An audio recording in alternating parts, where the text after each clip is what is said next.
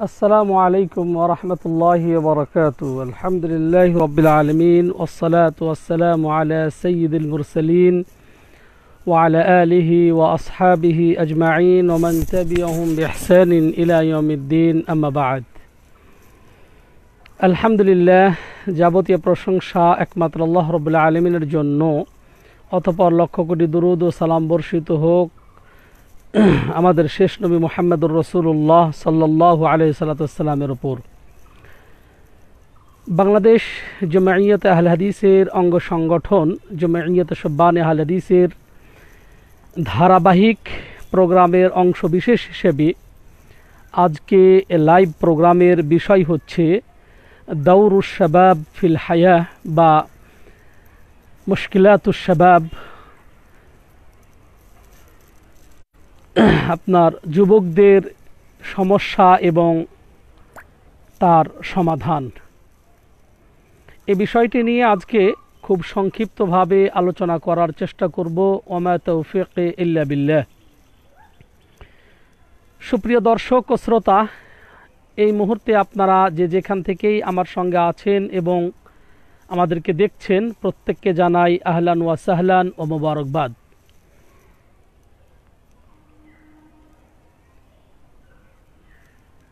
কোরআন এবং সুন্নায় যুবকদের যেমন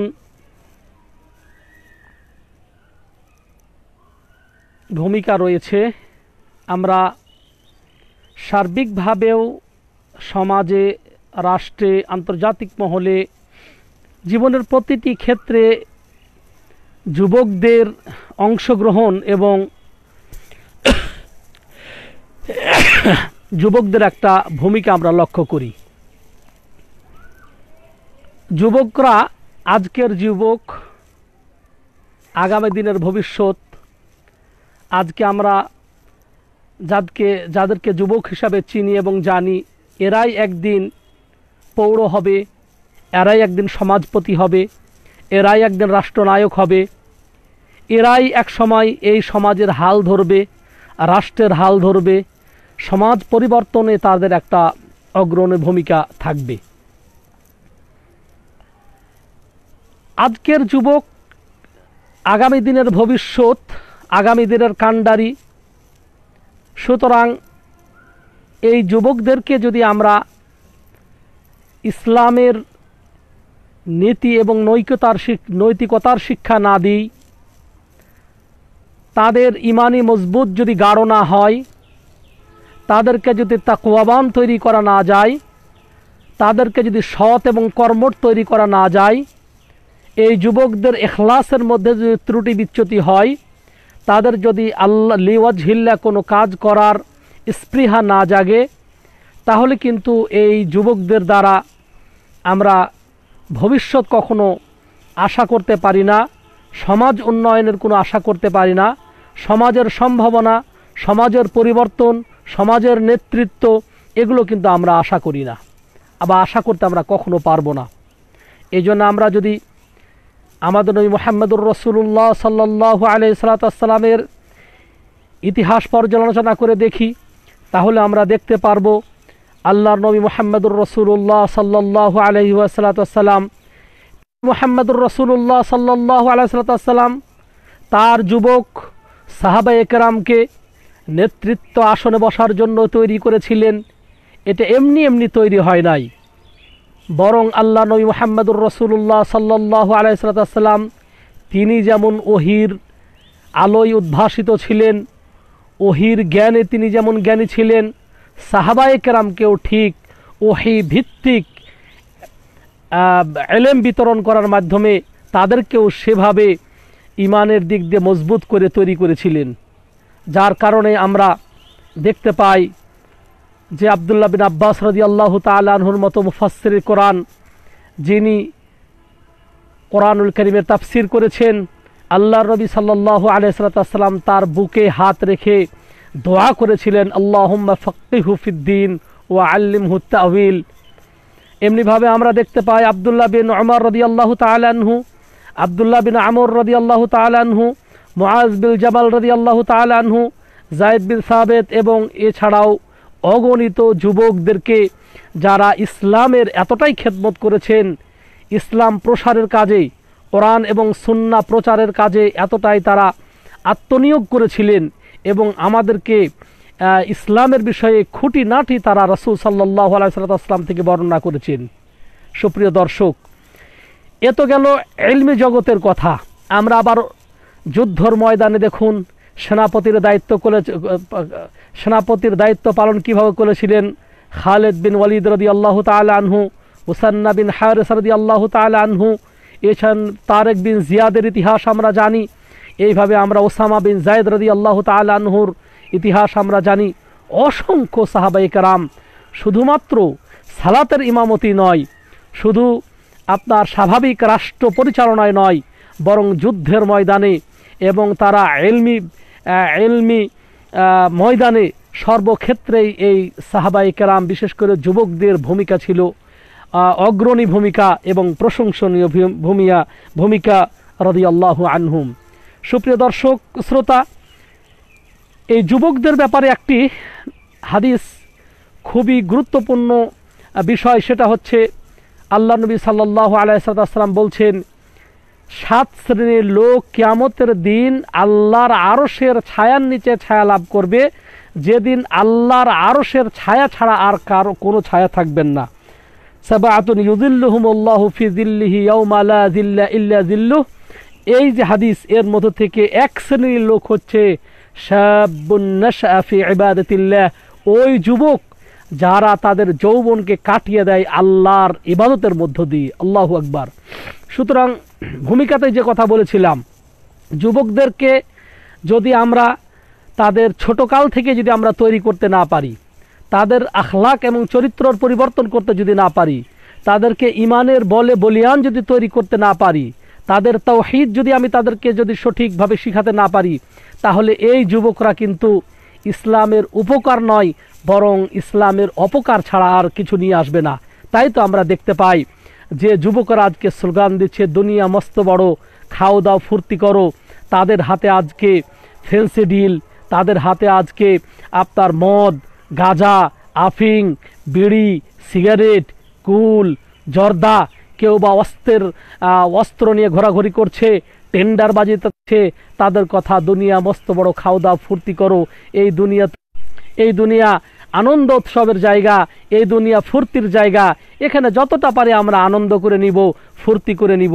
কিন্তু যদি আমরা এই যুবকদেরকে নবী সাল্লাল্লাহু আলাইহি সাল্লামের শিক্ষায় শিক্ষিত করি, কোরআন এবং সুন্নাহর আদর্শে আদর্শিত করি, তাহলে এই যুবকদের দ্বারা সমাজ পরিবর্তন হবে, জাতি পরিবর্তন হবে, রাষ্ট্র পরিবর্তন হবে এবং এর সুফল আমরা ভোগ করতে পারব। সম্মানিত উপস্থিতি, আল্লাহ নবী সাল্লাল্লাহু আলাইহি সাল্লাম যুবকদেরকে কিভাবে তৈরি করেছিলেন শুনুন। আল্লাহ নবী সাল্লাল্লাহু আলাইহি সাল্লাম আব্দুল্লাহ ইবনে আব্বাস রাদিয়াল্লাহু তাআলা আনহুকে একদা বলছেন, ইয়া গোলাম ইন্নী উআল্লিমুকা কালিমাতিন, হে বৎস, বাক্য শিক্ষা উপকার করতে আসলে তিনি তাদের চক্রান্তকে নস্যাৎ করে দিবেন, ব্যর্থ করে দিবেন। আল্লাহর নবী সাল্লাল্লাহু আলাইহি ওয়াসাল্লাম ফাসআলিল্লাহ, সুতরাং যখন তুমি কিছু চাইবে তুমি একমাত্র আল্লাহর কাছে চাইবে। ওয়া ইযা ইসতাআনতা ফাসতাইন বিল্লাহ, যখন তুমি সাহায্য চাইবে একমাত্র আল্লাহর কাছে সাহায্য চাইবে। তাহলে আমরা কি পেলাম? একজন যুবককে আল্লাহর নবী সাল্লাল্লাহু আলাইহি ওয়াসাল্লাম কিভাবে তৈরি করছে দেখুন।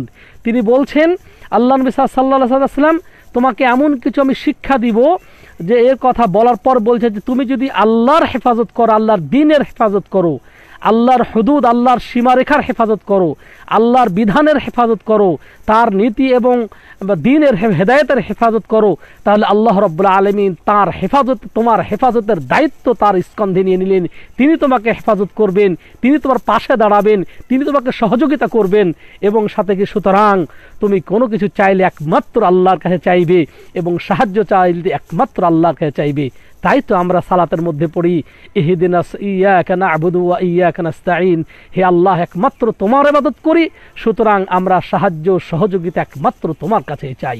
সুপ্রিয় দর্শক, শুধু তাই নয়, আল্লাহ নবী সাল্লাল্লাহু আলাইহি সাল্লাম মুআজ বিন জাবাল রাদিয়াল্লাহু তাআলা আনহুকে একদা তার উটের সওয়ারি যখন হয়েছিলেন, আল্লাহর নবী মুআজ বিন জাবাল রাদিয়াল্লাহু তাআলা আনহুকে বলছেন, আতাদরি মা হাক্কুল্লাহি আলাল ইবাদ, হে মুআজ তুমি কি জানো যে বান্দার ওপরে আল্লাহর কি হক রয়েছে এবং আল্লাহর ওপরে বান্দার কি হক রয়েছে, তুমি কি জানো?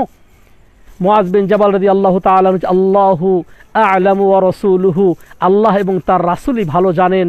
এই কথা যখন বললেন, আল্লাহর নবী সাল্লাল্লাহু আলাইহি ওয়াসাল্লাম বললেন, ফাইন্না, আল্লাহর ওপরে বান্দার যেটা হক, মানে আল্লাহর হক হচ্ছে যে বান্দার ওপরে যে মানুষেরা বান্দার একমাত্র আল্লাহর ইবাদত করবে এবং তার সঙ্গে কোনো শরীক স্থির করবে না, একমাত্র আল্লাহর ইবাদত করবে, তার সঙ্গে দ্বিতীয় কাউকে শরীক স্থির করবে না। আর সেক্ষেত্রে আল্লাহর তাহলে কি হবে?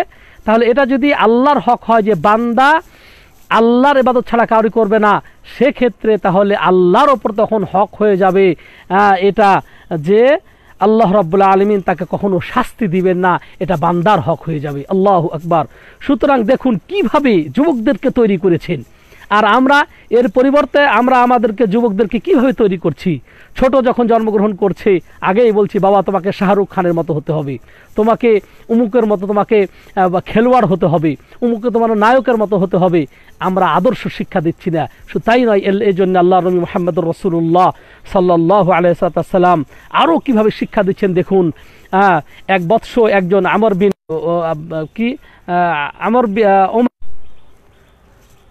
ওমর বিন আবি সালমা, তিনি যখন ছোট ছিলেন, খাবার তার সামনে উপস্থিত করা হলো, আল্লাহ রাসূল সাল্লাল্লাহু আলাইহি ওয়াসাল্লাম একসাথেই খাচ্ছেন।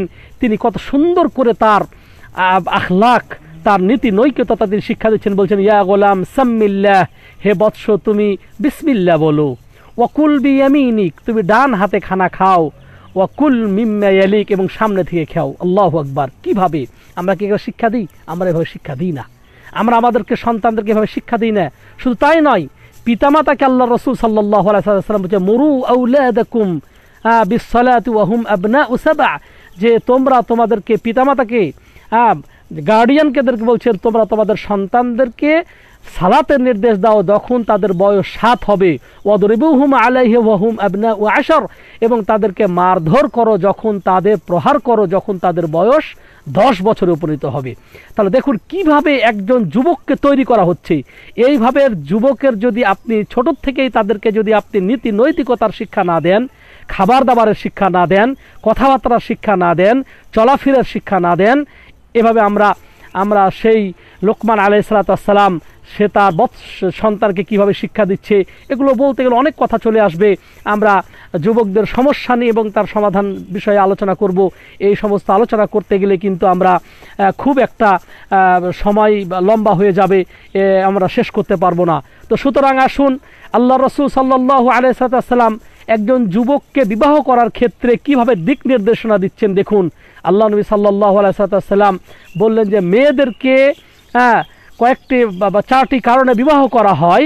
একটা হচ্ছে সুন্দরীর কারণে, সুন্দরী দেখে বিবাহ করে, কেউ তার ধন সম্পত্তি দেখে বিবাহ করে, এরপর বলছেন কেউ তার বংশমর্যাদা দেখে বিবাহ করে। 3টা বলার পর আল্লাহ রাসূল সাল্লাল্লাহু আলাইহি ওয়াসাল্লাম বলেছেন, ফাজফার বিজাতিদ দ্বীন, হে যুবকেরা তোমরা দ্বীনদার মহিলাকে প্রাধান্য দাও। কেন? এই যুবকেরাই যেহেতু আগামী দিনের ভবিষ্যৎ। এখন এই যুবকেরা যদি তার একজন সৎ যদি স্ত্রী গ্রহণ না করে, তাহলে পরবর্তী জেনারেশন, পরবর্তী ভবিষ্যৎ কখনো কিন্তু আশা করা যায় না। এই জন্য যুবকদেরকে বিবাহ করার ক্ষেত্রে বলছেন যে তোমরা কি দ্বীনদার মহিলা দেখে বিবাহ করবে। এটা যদি না করে তারিবাত ইয়াদাক, তুমি ধুলায় ধূসরিত হয়ে যাও, তুমি অপমানিত হয়ে যাও, তুমি ধ্বংস হয়ে যাও। বদদুয়া করলেন। তো সুপ্রিয় দর্শক, শুধু তাই নয়, আল্লাহ রাসূল সাল্লাল্লাহু আলাইহি ওয়াসাল্লাম বলছেন, ইয়া মা'শারাশ শাবাব মান ইসতাতা'a মিনকুমুল বাআতা ফালইয়াতাজাওয়াজ, হে যুবকেরা তোমাদের যাদের ক্ষমতা রয়েছে, তোমাদের যাদের যৌন শক্তি এবং আর্থিক শক্তি রয়েছে ফালইয়াতাজাওয়াজ, তাহলে তোমরা বিবাহ করো। কিন্তু যদি তোমরা তোমাদের বিবাহ করতে যদি অক্ষম হও, বিবাহ করতে যদি সামর্থ্য তোমাদের না থাকে, আর্থিক শারীরিক সামর্থ্য যদি না থাকে, তাহলে তোমরা কি করো? রোজা রাখো। এই রোজায় তোমাদের রিপু শক্তিকে দমন করবে। তাহলে কেউ যদি যুবকদের যখন তার শারীরিক শক্তি থাকবে, আর্থিক শক্তি হবে, সঙ্গে সঙ্গে তাদের বিবাহ করতে হবে। এখন আমাদের যুবকদের বিরাট একটা সমস্যা হচ্ছে যে তারা আর্থিক সচ্ছলতা থাকা সত্ত্বেও, শারীরিক সচ্ছলতা থাকতেও এরা বিবাহ করতে চায় না। এখানে বিভিন্ন রকমের উপমা দাঁড় করানো হয় যে এখনই যদি যুবকেরা বিয়ে করায় তাহলে লেখাপড়ায় তাদের মন বসবে না, লেখাপড়ায় তারা ভালো করবে না, ফলাফল ভালো করবে না, অথবা তারা খাওয়াবে কি ইত্যাদি। কিন্তু এর বিপরীত, পৃথিবীতে যারাই ছোটকালে বিবাহ করেছিল তারা কয়েকটি উপকার লাভ করেছে। তারা তাদের লজ্জাস্থানকে হেফাজত করেছে, তারা লজ্জাস্থানকে হেফাজত করতে পেরেছে। তারপরে বলবো যে স্বাবলম্বী হয়েছে, তারা মানে আপনার যুবক বয়সে স্বাবলম্বী হয়েছে, তারা যুবক বয়সে সন্তান প্রতিপালন করেছেন। তারপরে আল্লাহ রাসূল সাল্লাল্লাহু আলাইহি ওয়াসাল্লাম একটা হাদিসে বলেছেন যে তাজাওয়াজুল ওয়াদুদ আল ওয়ালুদ, তোমরা এমন মেয়েদেরকে বিবাহ করো যারা স্বামী ভক্তি এবং বেশি বেশি সন্তান দেয়। কারণ আল্লাহ রাসূল বলেছেন আমি কিয়ামতের দিন আমার উম্মত বেশি হলে আমি অহংকার করব। তো এই জন্য যুবক বয়সে বিবাহ করতে হবে। এমন সময় বিবাহ করলো ওই সময় সন্তান উৎপাদনের ক্ষমতা তার হারিয়ে ফেলেছে, যৌন শক্তি হারিয়ে ফেলেছে, তার যৌবন শক্তিকে হারিয়ে ফেলার কারণে সে তার সন্তানরা দুর্বল হচ্ছে। এটা মোটেও ঠিক নয়। আবার বলি যে খাওয়াবে কি? আল্লাহু আকবার। খাওয়ানোর দায়িত্বটা কি আপনার নাকি আমার? আল্লাহ রাব্বুল আলামিন বলছেন যে তোমরা তোমাদের সন্তানদেরকে হত্যা করো না, বরং আল্লাহ রাব্বুল আলামিন তিনি খাবারের দায়িত্ব তার ওপর নিয়েছেন। আল্লাহ রাব্বুল আলামিন বলছেন যে ওমা মিন দাব্বাতিন, যে এমন কোনো মানে আপনার চতুষ্পদ জন্তু নাই আল্লাহর জমিনের ওপর যার খাবারের দায়িত্ব স্বয়ং আল্লাহ রাব্বুল আলামিন নেন নাই, যার খাবারের দায়িত্ব আল্লাহ রাব্বুল আলামিন নিজে তিনি নেন নাই। সুতরাং সুপ্রিয় দর্শক এবং শ্রোতা, আল্লাহ ওমা মিন দাব্বাতিন ফিল আরদি ইল্লা আলাল্লাহি রিজকুহা, এই জমিনের ওপর এমন কোনো জীব জন্তু, এমন কোনো প্রাণী নাই যার খাবারের দায়িত্ব আল্লাহ রাব্বুল আলামিন নেন নাই। এবং আল্লাহ রাব্বুল আলামিন আরও বলছেন না যে ওয়ালা তাকতুলু আওলাদাকুম খাশিয়াতা ইমলাক, তোমরা খাদ্যের অভাবে তোমরা তোমাদের সন্তানদেরকে হত্যা করো না। কেন? নাহনু নারযুকুকুম ওয়া ইয়াহুম, আমি তোমাদেরকে খাবার দিই, তাদেরকেও আমি খাবার দিব। আল্লাহু আকবার। সুতরাং এই যে খেতে পারবো না, খাওয়াবে কি, এই জন্য বিবাহ অনেকে দেয় না, এটা মোটেও ঠিক নয়। বরং আমরা ইতিহাসে দেখেছি যারাই সময় থাকতে যারা বিবাহ করেছে, যৌবন বয়সে যারা বিবাহ করেছে, তারা তাদের লজ্জাস্থানকে হেফাজত করেছে, তারা যেমন আর্থিক সচ্ছলতা অর্জন করেছে, অন্যদিকে সন্তানরাও তাদের সন্তানদেরকে প্রতিপালন করেছে, সন্তানদেরকে প্রতিপালন করে তাদেরকে লালন পালন করে বড় করেছে, সন্তানদেরকে একটা পর্যায়ে তারা দাঁড় করাতে পেরেছে, সন্তানদেরকে উপযুক্ত শিক্ষা দিতে পেরেছে। সাথে সাথে আমরা যেটা বলবো যে এর মাধ্যমে আপনার এই তারা স্বাবলম্বী হচ্ছে। এবং তাড়াতাড়ি বিবাহ করলে ওই যে বিবাহ না করার ফলে দেখা যায় যে তাদের মনের মধ্যে প্রশান্তি পাওয়া যায় না, যার কারণে তারা একটা দুইটা তিনটা নাই বিভিন্ন প্রকার তারা মানুষকে প্রেম প্রীতি করে বেড়ায়, অশ্লীলতা বেহায়াপনার সাথে জড়িয়ে বেড়ায়। অথচ আল্লাহ রাব্বুল আলামিন বলছেন যে ومن آياته أن خلق لكم من أنفسكم أزواجا لتسكنوا إليها وجعل بينكم مودة ورحمة। আল্লাহ রাব্বুল আলামিন বলছেন আল্লাহর অসংখ্য নিদর্শনাবলীর একটা নিদর্শন হচ্ছে যে আন খালাকা লাকুম মিন আনফুসিকুম আজওয়াজা, তোমাদের মধ্য থেকেই তোমাদের স্ত্রীদেরকে সৃষ্টি করা হয়েছে যাতে করে তাদের কাছে তোমরা প্রশান্তি লাভ করতে পারো। তো স্ত্রী, একজন যুবকের জন্য একজন স্ত্রী হচ্ছে প্রশান্তির স্থান। হ্যাঁ, আর আমরা বলছি যে এই অল্প বয়সে বিবাহ করবে, তো অল্প বয়সে বিবাহ করা না করার কারণে সে প্রেম প্রীতি করে বেড়াচ্ছে, সে অশ্লীলতা বেহায়াপনা করে বেড়াচ্ছে। এটা কি আপনার ভালো হচ্ছে? রাত 12টা-1টার সময় অন্য মেয়ের সঙ্গে কথা বলছে, তারা বিভিন্ন রকম নোংরামি করে বেড়াচ্ছে, এটাই কি ভালো? নাকি অল্প বয়সে, যুবক বয়সে তাদেরকে বিবাহ দিলে লজ্জাস্থানের হেফাজত করবে এবং তারা তাদের কি করবে? প্রশান্তি লাভ করতে পারবে। তারা কি করতে পারবে? প্রশান্তি লাভ করতে পারবে। আর কি ওয়াজআলা বাইনাকুম মাওয়াদ্দাতা ওয়া রাহমা, এবং তাদের মাঝে, স্বামী স্ত্রীর মাঝে আল্লাহ রাব্বুল প্রেম প্রীতি মহব্বত চাপিয়ে দিয়েছেন। সুতরাং যখনই আমরা উপযুক্ত বয়সে বিবাহ করতে পারবো, আমাদের যখন স্ত্রী হবে, আমরা তার সঙ্গে আমাদের যে আত্মিক যেমন সম্পর্ক, ভালোবাসা গাঢ় হবে, সাথে সাথে যে এই যে আপনার শারীরিক যে চাহিদা, এটাও যখন মিটবে, তখন আমাদের এই বিবাহর যে ফায়দার কথা নবী সাল্লাল্লাহু আলাইহি ওয়াসাল্লাম বলেছেন, ইয়া মা'আশারাশ শাবাব মান ইসতাতাআ মিনকুমুল বাআতা ফালিয়াতাজাওয়াজ, হে যুবকেরা, তোমাদের যারা শক্তি সামর্থ্য এবং আর্থিক সামর্থ্য রয়েছে, ফালিয়াতাজাওয়াজ, তোমরা তারা বিবাহ করো, ফাইন্নাহু আগাজ্জু লিল বাসার, কারণ এই বিবাহ করলে তোমাদের চক্ষু অবনমিত হবে, ওয়া আহসানুল লিল ফরজ, এবং তোমাদের লজ্জাস্থানের হেফাজত হবে। তাহলে কি আমরা লজ্জাস্থানের হেফাজত হবে এবং আমাদের চক্ষু অবনমিত হবে, অন্য কোনো দিকে আমাদের চক্ষু যাবে না। তো সুপ্রিয় দর্শক, এগুলো এই যে সমস্যা, যুবক হয়ে যায়, বাপ মা বিয়ে দিতে চায় না, এটা কখনো ঠিক নয়। বরং আল্লাহর নবী সাল্লাল্লাহু আলাইহি আমরা আরেকটি কোরআনের একটা আয়াত আমরা পাই যে আল্লাহ রাব্বুল আলামিন মুমিন বান্দাদেরকে একটা দোয়া শিখিয়ে দিয়েছেন, যে আল্লাহর বান্দারা তো দোয়া করে, আল্লাযীনা ইয়াকুলুনা রাব্বানা হাব লানা মিন আজওয়াজিনা ওয়া যুররিয়াতিনা কুররাতা আয়ুন, তারা বলে, হে আল্লাহ তুমি আমাদেরকে এমন সন্তান দান করো, এমন স্ত্রী দান করো, কুররাতা আয়ুনুন, যাতে করে আয়ুন, যাতে করে আমাদের চক্ষুকে শীতল ঠান্ডা করে দেয়। তো চক্ষুকে শীতল করবে কখন? যখন যুবক থাকতে, যখন অল্প বয়সে, বা অল্প বয়স বলতে যুবক মানে যৌন শক্তি হয়নি এমন নয়, যখন বালেগ হয়েছে, উপযুক্ত হয়েছে, শারীরিক শক্তি রয়েছে, আর্থিক শক্তি রয়েছে, তখন বিবাহ দিয়ে দিলে তার স্ত্রী আসার কারণে তার চক্ষু অবনমিত হবে, তার চক্ষু শীতল হবে, ঠান্ডা হবে, পর নারীর দিকে তার দৃষ্টি যাবে না, তার কুদৃষ্টি যাবে না, খারাপ নজরে সে তাকাবে না, অন্যদিকে তার লজ্জাস্থানের কি হবে? হেফাজত হবে। সুপ্রিয় দর্শক শ্রোতা, আসুন, এটা একটা বিরাট একটা সমস্যা। আমরা আমাদের সন্তানদেরকে সঠিক সময় আমরা বিবাহ দিই না, এবং এছাড়াও ভূমিকাতে আলোচনা করেছি, আমরা আমাদের সন্তানদেরকে কি করি? নবী সাল্লাল্লাহু আলাইহি ওয়াসাল্লামের আদর্শে আদর্শিত করে গড়ে তুলি না, এবং তাদেরকে ইমানের শিক্ষা তাদেরকে দিই না, কোরআনের শিক্ষা তাদেরকে দিই না। এছাড়া আরও কিছু বিষয় রয়েছে, খুব সংক্ষেপে আমি তুলে ধরার চেষ্টা করব। দেখুন, আজকের যুবকদের সমস্যা যেগুলো বললাম, এছাড়া আরও কিছু সমস্যা রয়েছে। সেটা হচ্ছে তাদের নৈতিক অধপতন হয়েছে। নৈতিক অধপতনের কারণ হচ্ছে আজকে এই ইন্টারনেটের মাধ্যমে আমরা সন্তানদেরকে যদি আমরা আইফোন তাদের হাতে যদি তুলে দিতে হয়, অবশ্যই আপনাকে কন্ট্রোল করতে হবে। তাছাড়া কিন্তু এই ইন্টারনেটের মাধ্যমে এবং বলবো যে ইন্টারনেটের মাধ্যমে, সাথে সাথে বলবো যে আপনার এই ফিল্মের মাধ্যমে আজকে এই বিভিন্ন প্রকার যুবকেরা অনৈতিক কাজের সাথে জড়িয়ে যাচ্ছে, তাদের চরিত্র হরণ হচ্ছে। এদিকে আমাদের কিন্তু সতর্ক থাকতে হবে।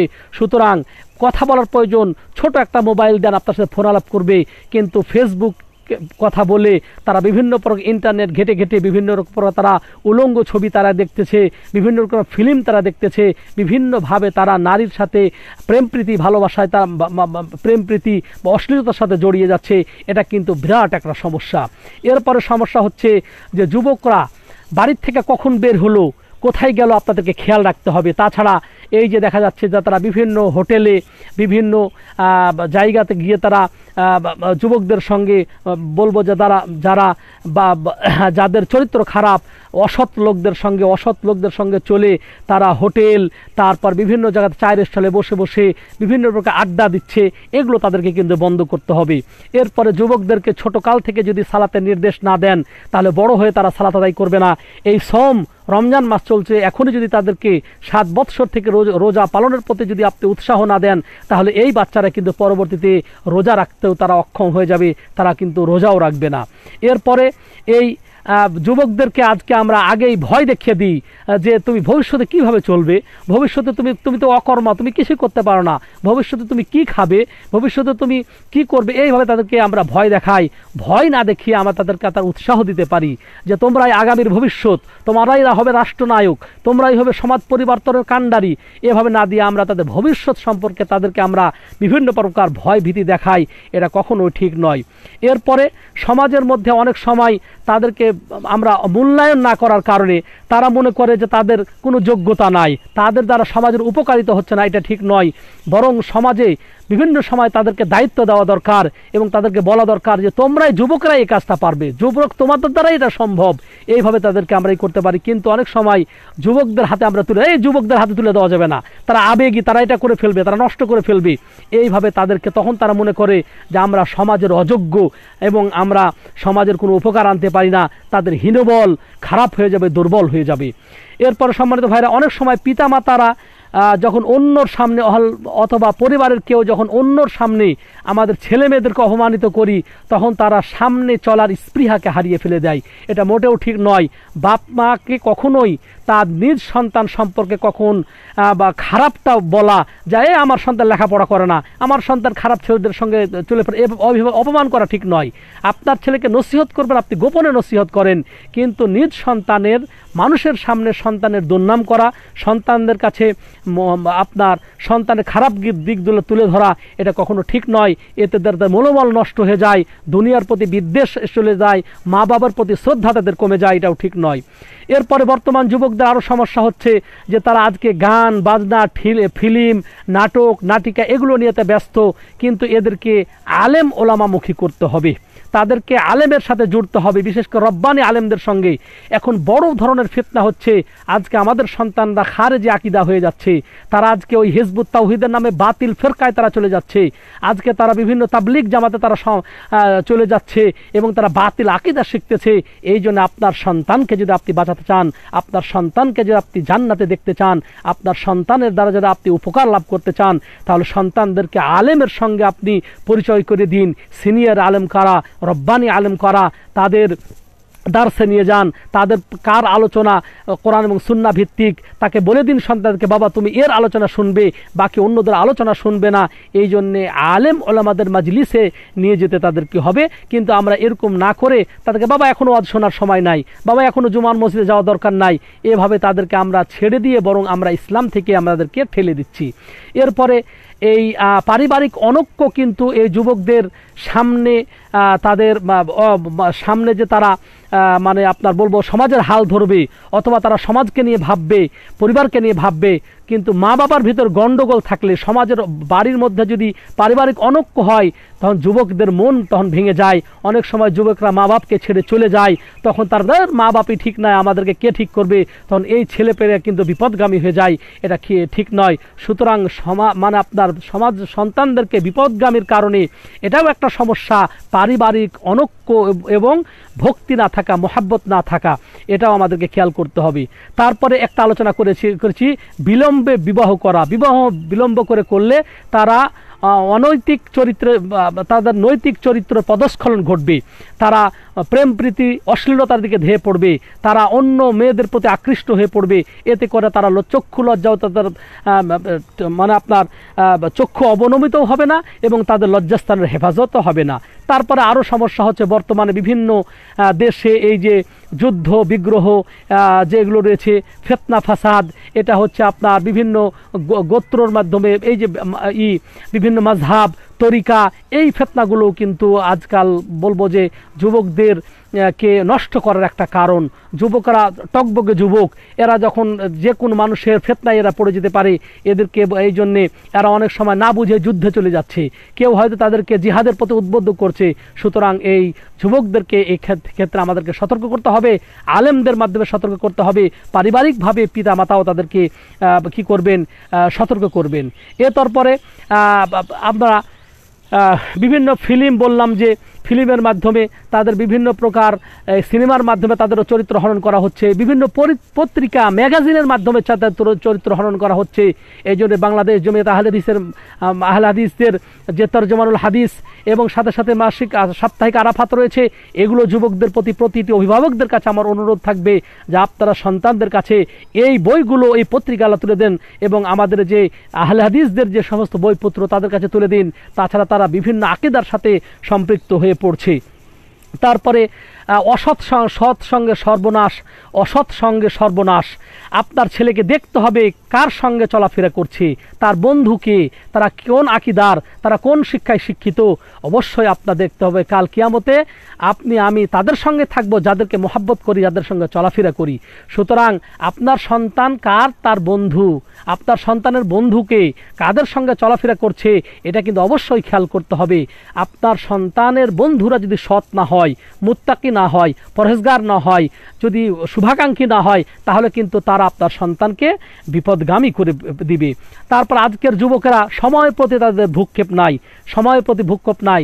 যে কোনো সময় মানুষ মারা যেতে পারে, বৃদ্ধ হলে যে মরতে হবে এমন নয়, বরং অল্প বয়সেই মারা যেতে পারে। এ সমস্ত আয়াত হাদিস তাদেরকে যেখানে থাকো না কেন মৃত্যু তোমাদেরকে গ্রাস করবে, প্রত্যেক কুল্লু নাফসিন যায়কাতুল মউত, প্রত্যেক আত্মাই মরণশীল, এইভাবে তাদের সময়ের মূল্যায়ন করা এবং এই যৌবন বয়সে ইবাদতের করার প্রতি উদ্বুদ্ধ করা, যে বৃদ্ধ হয়ে গেলে তোমরা ইবাদতগুলো করতে পারবে না, এখনই তোমাদের সময়, এই সময়ের সম্পর্কে তাদেরকে সচেতন করতে হবে।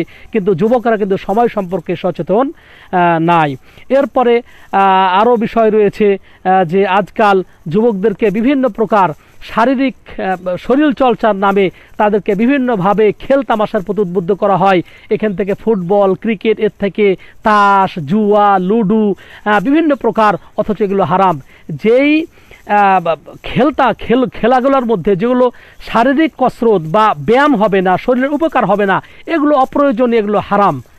একজন বান্দা তারকুহু মা লা ইউনিহি, যে বর্জন করবে যা তার উপকারে লাগবে না। সুতরাং এই ক্যারাম বোর্ড, লুডু, তারপরে আপনার এই ধরনের তাস, এগুলো খেলা পরিহার করতে হবে।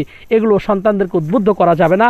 এমনি শারীরিক কসরতের জন্য হয়তো ক্রিকেট, ফুটবল, কিন্তু সেগুলোর মধ্যে যেন জুয়া না জড়িত হয়, অশ্লীলতা জড়িত না হয়, এগুলো খেয়াল করতে হবে। সম্মানিত উপস্থিতি, সুতরাং অনেকগুলো সমস্যার কথা বললাম। আমাদের যুবকদের আজকে চরিত্র, তারা বিভিন্ন প্রকার ইন্টারনেটের মাধ্যমে, ফিল্ম দেখার মাধ্যমে তারা তাদের চারিত্রিক যে পদস্খলন হচ্ছে। সাথে সাথে আমি বলবো, সর্বশেষে যেটা বলবো, আসুন আমাদের যুবকদেরকে আপনি নিয়ে সালাতে যাবেন, তাদেরকে সাথে করে সালাতে নিয়ে যাবেন। আপনার সন্তানদেরকে কোরআনের শিক্ষায় শিক্ষিত করবেন। নবী সাল্লাল্লাহু আলাইহি ওয়াসাল্লাম বলছেন, খায়রুকুম মান তাআল্লামাল কুরআন ওয়া আল্লামাহু, তোমাদের মধ্যে ওই ব্যক্তি সর্বোত্তম যে কোরআন নিজে শেখে এবং অপরকে শিক্ষা দেয়। সুতরাং আমরা যেন আমাদের সন্তানদেরকে কোরআনের শিক্ষায় শিক্ষিত করতে পারি, নবীর আদর্শে আদর্শিত করতে পারি, তাদেরকে যেন আমরা মুসলিম কৃষ্টি কালচারে তাদেরকে যেন আমরা উদ্বুদ্ধ করতে পারি এবং ইসলামী দিক নির্দেশনা দিয়ে বড় করতে পারি। তাহলে এই যুবকদের সমস্যাগুলো দূর হবে। আল্লাহ রাব্বুল আলামিন আমাদের সন্তানদেরকে কোরআন এবং সুন্নাহর উপর অটল থেকে কোরআন এবং সুন্নাহ আমল করার তৌফিক দান করুন। সাথে সাথে এই যুবকরা যেন কোনোভাবে বিপদগামী না হয়, সেদিকে আমাদের খেয়াল রাখতে হবে। সে হোক আমার সন্তান, সে হোক আমার ভাই, সে হোক আমার ভাতিজা, সে হোক আমার ভাগিনা, সে হোক আমার নাতি, আমরা প্রত্যেকেই মাসউল, আমরা প্রত্যেকে দায়িত্বশীল। আমাদের প্রত্যেকের দায়িত্ব সম্পর্কে কাল কিয়ামতে জিজ্ঞাসা করা হবে। আল্লাহ রাব্বুল আলামিন আমাদেরকে আমাদের দায়িত্বগুলো পালন করার তৌফিক দান করুন। ওয়া আখির দাওয়ানা আনিল হামদুলিল্লাহি রাব্বিল আলামিন। আসসালামু আলাইকুম ওয়া রাহমাতুল্লাহি ওয়া বারাকাতুহু।